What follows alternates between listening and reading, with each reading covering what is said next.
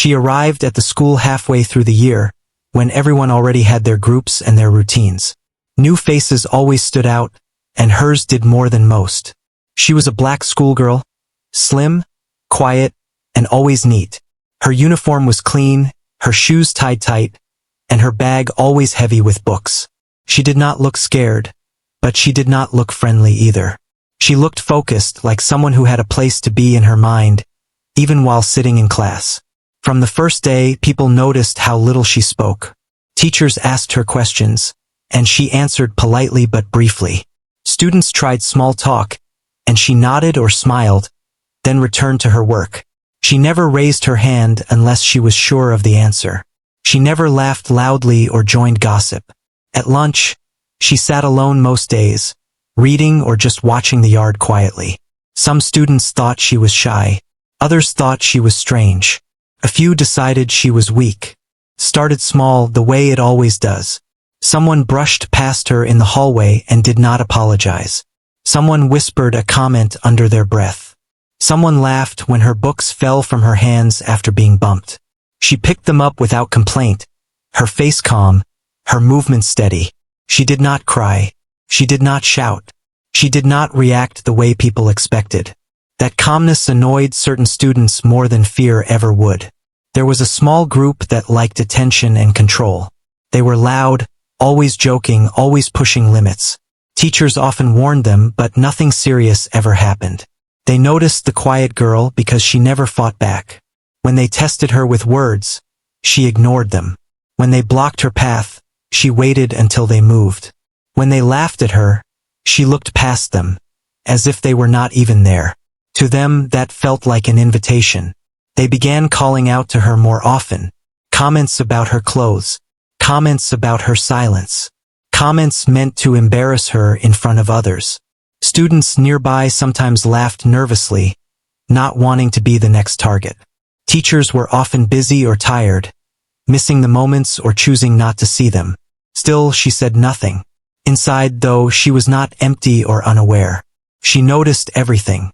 The way footsteps followed her too closely.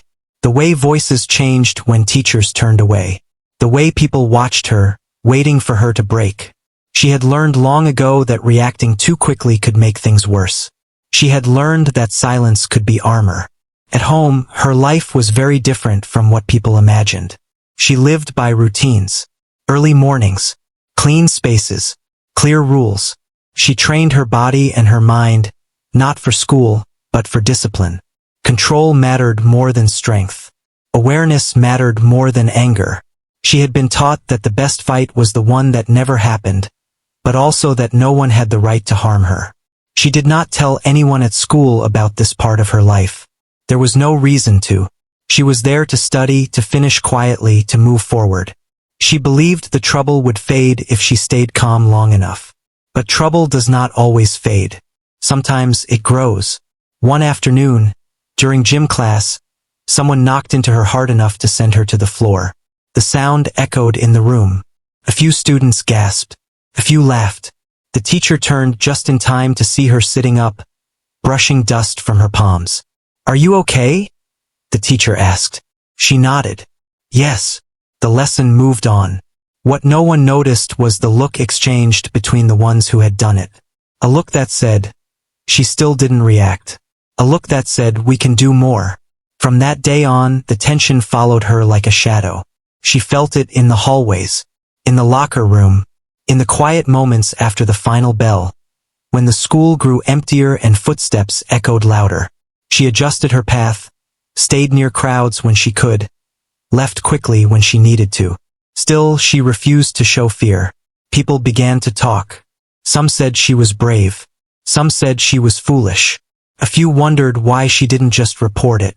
They did not understand how complicated that choice could be, especially when proof was thin and voices were loud. The tormentors grew bolder. They wanted a reaction, something they could point to and laugh about later. They wanted to see her cry or beg. They wanted power. One day, as classes ended and the sun dipped low, they followed her beyond the main building. The air felt heavy, the way it does before something goes wrong. She sensed them before she saw them, her steps slowing just a little. Her shoulders stayed relaxed. Her breathing stayed even. She stopped near a quiet area, not trapped, but not crowded either. She turned slowly, meeting their eyes for the first time in a long while.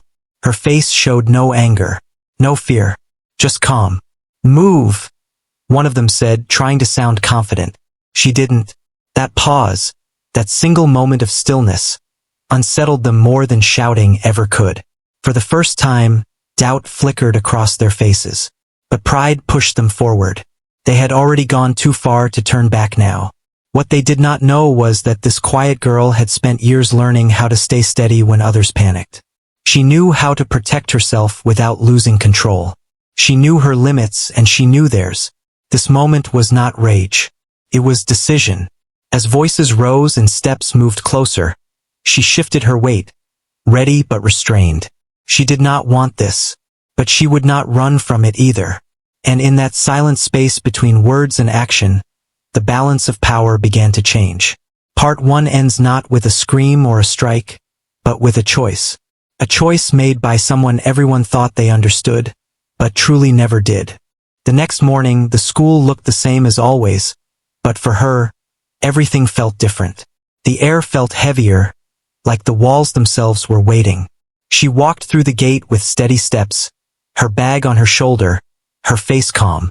No one would have guessed what had shifted inside her the day before. People noticed her anyway. They always did now. Some watched with curiosity, others with quiet concern. A few whispered as she passed. The small group that had followed her after school the day before sat together near the entrance, laughing louder than usual. Their eyes tracked her movements, measuring her, testing whether she would avoid them. She didn't. She walked past them like they were just another part of the building. No glance, no pause. That seemed to irritate them more than anything else. One of them muttered something under his breath. Another laughed, sharp and forced. Still, she kept going. In class, she focused on her work. Numbers, words, facts, things that made sense, things that followed rules. When the teacher spoke, she listened carefully. When questions were asked, she answered when needed. Her voice was soft but clear. She did not shake. She did not rush. But around her, the tension kept growing. Notes were passed. Chairs scraped louder than necessary. Someone dropped a pen near her feet and didn't bother to pick it up. She returned it calmly, placing it on the desk beside her. The students stared at her, confused, then turned away. At lunch, she chose a table near the edge of the yard. She liked open spaces. She liked seeing who was around her. As she ate, she noticed shadows falling across her table. The same group stood nearby, pretending not to look at her. "You always sit alone," one of them said, loud enough for others to hear. She kept eating. "Too good for everyone?" another voice added. She wiped her hands slowly and stood up. For a moment it looked like she might speak. People nearby held their breath, waiting for something dramatic. Instead, she picked up her bag and walked away. That calm choice felt like an insult to them. After lunch, rumors started moving through the halls. Some said she thought she was better than everyone. Some said she was scared and hiding it. Others said she had snapped and something bad was coming. None of them knew the truth. They were guessing to fill the silence she refused to break. By the end of the day, the sky outside had turned gray. The kind of gray that made the school feel colder. Students rushed out, eager to get home. Teachers packed their bags. Hallways emptied quickly. She waited, not because she wanted trouble, but because she knew running only fed it. She checked the time, adjusted her grip on her bag, and stepped outside. Her path was deliberate. She stayed alert, her senses open. She noticed reflections in windows. She listened to footsteps behind her. They followed. Not close at first. Not obvious. Just enough to let her know they were there. Her heart rate stayed steady. Her breathing stayed slow. She turned a corner where the school walls blocked the street noise. The space grew quieter. "Hey!" someone called out. She stopped and turned. Slowly. Fully. For the first time, she faced them without moving away. There were more of them than before. Their confidence came from numbers. Their smiles were tight, uncertain. "What's your problem?" one of them asked. She looked at them carefully. She took in their posture, their distance, the way they shifted their weight. She spoke calmly. "I want to go home." They laughed. "Then beg," one of them said. The word hung in the air. Beg. That was what they wanted. Power wrapped in a single sound. People often thought strength meant loud voices and clenched fists. They forgot about control. She didn't raise her voice. "Move," she said. That word surprised them. Not because it was harsh, but because it was firm. For a moment, no one spoke.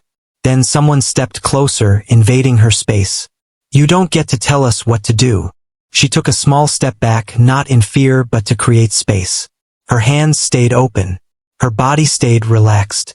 Anyone watching closely would have noticed how balanced she looked. "You've been bothering me," she said. "I want it to stop." They laughed again, but the sound was weaker now. They were not used to being spoken to like this. They were used to tears, anger, panic. One of them reached out, trying to grab her bag. That was the mistake. She moved quickly, but not wildly. She shifted her weight and pulled the bag free, stepping to the side. The movement was smooth, practiced. The person stumbled, surprised. "What was that?" someone said. She didn't answer. Her eyes stayed focused. She positioned herself so they couldn't surround her easily. She was careful, controlled. They rushed her then, more out of embarrassment than anger. She reacted with precision, using just enough force to protect herself and create space. No punches, no wild swings, just movement and balance. Panic replaced confidence. "Stop!" someone shouted. Another voice cracked. "Please!" That word sounded very different when it came from them. Their fear wasn't from pain. It was from loss of control. From realizing they had misjudged her completely. They backed away, stumbling over their own feet, faces pale. The moment passed as quickly as it began. She stepped back, her chest rising and falling steadily. She let them go. She did not chase. She did not threaten. Other students appeared at the edge of the space, drawn by the noise. Someone ran to get a teacher. Voices overlapped. She stood there, silent again, adjusting her bag, her hands steady. When staff arrived, questions flew in every direction. She spoke calmly, clearly. She did not exaggerate. She did not accuse more than was true. Witnesses filled in the rest. For the first time, the story wasn't controlled by rumors. As she walked away that evening, escorted but not restrained, whispers followed her. Some were shocked. Some were respectful. Some were afraid. She didn't look back. What she knew was simple. She had protected herself. Nothing more. Nothing less. But what the school would soon learn was that this was only the beginning of understanding who she really was. The following days did not feel normal for anyone at the school. Even before the first bell rang, there was a strange quiet in the air. Students spoke in lower voices. Groups formed and broke apart quickly. Ice followed movements more than usual. Everyone had heard something, but no one knew the full truth. She returned like she always did, walking through the gate with steady steps. Her posture was the same. Her face showed no sign of pride or fear. To her, nothing about that moment had been dramatic. She had done what she believed was necessary, and then she had gone home, finished her homework, and slept. But for the school, everything had changed. People looked at her differently now. Some stared openly. Some looked away when she met their eyes. A few nodded at her in quiet respect. She did not respond to any of it. She sat in class, took notes, and listened. Stillness had always been her habit. Teachers, however, were not calm. Meetings were held behind closed doors. Reports were written. Witness statements were collected. The story that came together was not the one many expected. It was not about a sudden outburst or a fight started for no reason. It was about a pattern. Weeks of small actions that had grown into something dangerous. When she was called into the office, she went without hesitation. She sat straight in the chair, hands folded loosely in her lap. Questions came slowly at first, then faster. She answered them clearly. She did not blame. She did not defend herself with emotion. She explained what had happened, step by step, without adding extra detail. Her calm unsettled the adults more than anger would have. "What training do you have?" one of them finally asked. She paused, just for a moment. "Self-protection," she said. That was all. The people asking the questions exchanged looks. They had expected tears or excuses. Instead, they were faced with control and discipline. It forced them to look back at their own actions and the things they had missed. Outside the office, the group that had tormented her stayed together, but they no longer laughed. Their voices were low. Their confidence had cracked. They avoided her path whenever possible. When they did cross her, their eyes dropped. The balance had shifted. Rumors continued, but they changed shape. Some students said she was dangerous. Others said she had been protecting herself for years. A few said the school had failed her. The truth sat quietly between all those versions. At lunch one day, a younger student approached her table. Nervous hands, uncertain eyes. "I just wanted to say, I'm glad you're okay," the student said. She looked up and nodded. "Thank you." That small moment mattered more to her than the whispers. At home, her routine stayed the same, but the conversations were different. Adults spoke seriously. Phone calls were made. Papers were reviewed. She listened more than she spoke. She trusted the process, but she stayed alert. She knew attention could bring new kinds of pressure. Back at school, staff members began watching more closely.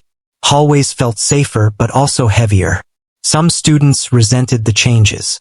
Others felt relief. The unspoken rules had been broken, and no one knew what would replace them. One afternoon, she noticed someone from the group sitting alone, far from the others.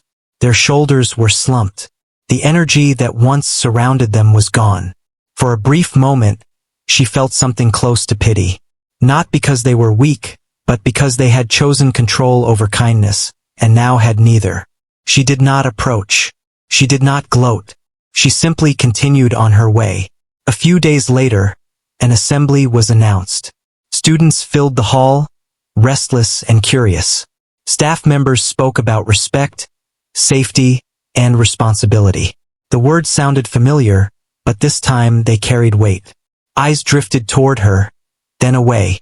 She listened quietly. She understood that change took time. Words alone would not fix everything. After the assembly, as students filed out, one of the tormentors lingered behind. The others had already left. The distance between them felt larger than the room itself. "I didn't think you'd do that," the person said, voice low. She turned slowly. "Do what?" "Stand up like that." She thought for a moment. "I didn't stand up," she said. "I stayed standing." The words landed harder than any insult. The person nodded, then walked away. As days passed, the attention slowly shifted. New gossip replaced old stories. Life moved forward as it always did. But something remained different. People thought twice before acting. Silence felt heavier but also safer. For her, the hardest part was not what had happened, but what came next. Being seen, being watched. Strength had a cost. She reminded herself why she was there. Education, growth, a future beyond these walls. She refused to let one moment define her. One evening, as she packed her bag, she caught her reflection in the mirror. The same calm face, the same steady eyes. She knew now that hiding forever was impossible. But she also knew that revealing everything was unnecessary. Control was still hers. What the school did not yet understand was that her identity was more than training or strength. It was built from years of learning restraint, awareness, and responsibility. The truth about her background had not fully surfaced yet. And when it did, it would force everyone to rethink what they believed about power, silence, and who truly holds it. The school tried to move forward, but the past refused to stay quiet. Small changes kept appearing, like cracks in old walls. Teachers stood closer in hallways. Security routines were updated. Meetings continued. Everyone acted calm, yet the tension never fully left. She felt it every day. People no longer tested her openly, but they watched. Some looked curious, others careful. A A few looked guilty. She carried on with her routine, arriving early, leaving on time, keeping her focus on classwork. Still, being noticed in this new way took effort. Silence used to make her invisible. Now silence made her stand out. One afternoon, she was called out of class again. This time, the tone was different. Respectful. Careful. She followed an adult down the hall, past glass windows and quiet offices, into a room where two visitors waited. They were calm, professional and serious. Not angry, not accusing. They explained they were there to make sure the truth was fully understood. They asked about her past. Not rumors. Not the incident. Her past. She answered what she could. About discipline. About structure. About learning awareness instead of fear. She spoke plainly, choosing words carefully. She never exaggerated. She never bragged. One of them asked why she had never told the school. Because I didn't need to, she said. The answer made sense. As the conversation continued, it became clear that her life outside school was built around responsibility. Training was not about hurting others. It was about knowing limits, about protecting life, including her own, about staying calm when chaos tried to take control. When the meeting ended, they thanked her for her honesty. They also thanked her for restraint. That word stayed with her. Restraint. Back in the halls, the story began shifting again. Not louder, but deeper. Staff members spoke with more care. Students noticed consequences being enforced more fairly. Patterns that were once ignored were now addressed. Some students felt uneasy. Power had changed hands, and no one liked uncertainty. Others felt safer than they had in years. One day, a message was sent home to families. Spoke about safety, accountability, and respect. No names, no details, just a clear signal that things were being taken seriously. The group that had tormented her faced consequences quietly. No public shaming, no drama. Schedules changed. Privileges were removed. Conversations were had behind closed doors. She did not watch it happen. She didn't need to. What surprised her most was the way other students began to open up. Small comments after class. Short conversations in the hallway. Stories whispered about similar experiences. She listened more than she spoke. She never told them what to do. She only reminded them they were not weak for wanting peace. At home, more discussions took place. Adults weighed options carefully. Staying at the school was considered. Leaving was considered too. She listened, thoughtful. I'm fine, she said finally. Running won't help. They respected that. As weeks passed, attention slowly faded. New topics took over conversations. Tests, events, life. Yet something important remained. The unspoken understanding that silence could hold strength. One evening, she stayed late to finish an assignment. The building was quiet, the kind of quiet that echoed. As she packed up, she noticed movement near the exit. Someone waited. Her body reacted before her thoughts. Awareness sharpened. She slowed her steps. It was not danger. It was one of the tormentors. Alone. They stood at a distance, hands visible, posture uncertain. The space between them felt heavy with memory. I just wanted to say something, the person said. She listened. I didn't know, they continued, about any of it.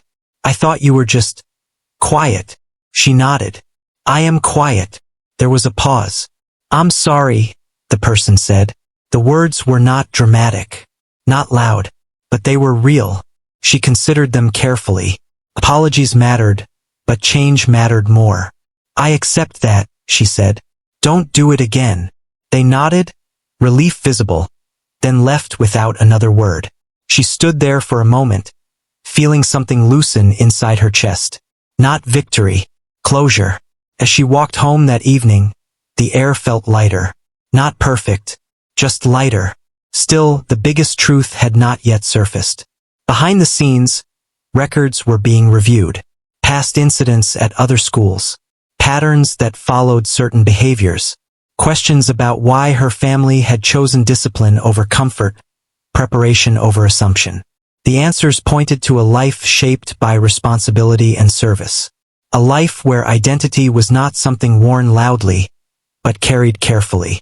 Soon, the school would understand that her calm was not an accident. It was earned.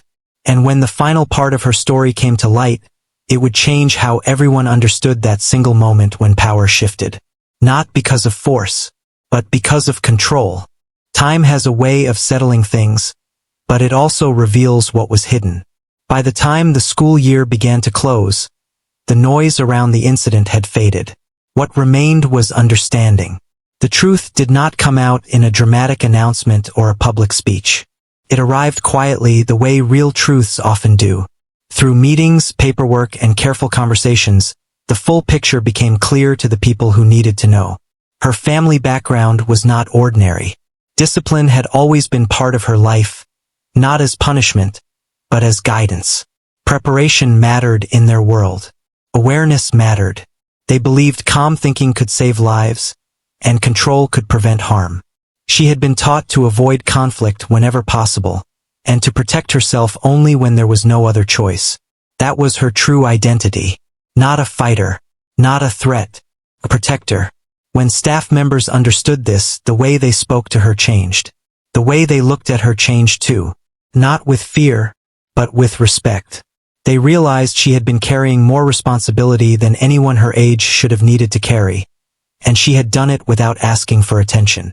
The school adjusted its approach. Policies were reviewed. Training sessions were added. Teachers became more aware of quiet students, the ones who were often overlooked. The lesson was clear. Silence did not mean weakness. Students felt the shift as well. Some began to speak up about things they had kept inside for years. Others simply walked the halls with less tension in their shoulders. The environment was not perfect, but it was better. She remained herself through all of it. She still arrived early, still kept her bag neat, still chose calm over noise. She did not tell stories about what happened. She did not correct rumors. She let the truth exist without pushing it forward. On her last week at the school, an assembly was held. Not about her, about values, respect, accountability, growth. She sat near the back, listening. When the speaker mentioned the courage it takes to stay calm under pressure, she felt a few eyes turn her way. She didn't react. Afterward, as students gathered their things, a few stopped to thank her. Some with words, some with nods, one with a simple smile. "That helped more than you know," someone said. She nodded. "I'm glad. That was enough." At home, conversations turned toward the future. Plans were made. Paths discussed. She listened, thoughtful as always. What mattered most to her was moving forward without carrying bitterness. "Are you okay?" an adult asked one evening. She considered the question honestly. "Yes," she said. "I learned something." "What?" "That staying calm doesn't mean staying silent forever." As the final day arrived, she walked through the halls one last time. The lockers, the classrooms, the windows filled with light. She paused briefly at the entrance, then stepped outside. The air felt open. She knew she would not be remembered by everyone. Some would forget her name. Some would forget the details. But a feeling would remain. A memory of a moment when assumptions were challenged. And that was enough. Years later, the story would still be told in fragments. A quiet girl. A sudden shift. A lesson learned. The details would change with each telling, but the truth would stay the same. Strength is not always loud. Power does not always demand attention. And sometimes the people who change a place the most are the ones who never meant to. Her life moved on. New environments. New challenges. The same calm center. She carried what she had learned with her, not as a weapon, but as a compass. When faced with pressure, she breathed. When faced with fear, she focused. When faced with injustice, she stood. Not to dominate, but to protect. And that is the part of her identity that mattered most. Not the moment they begged, but the moment she chose restraint. That choice followed her everywhere, shaping the person she became. And in the quiet space where stories usually end, her journey simply continued.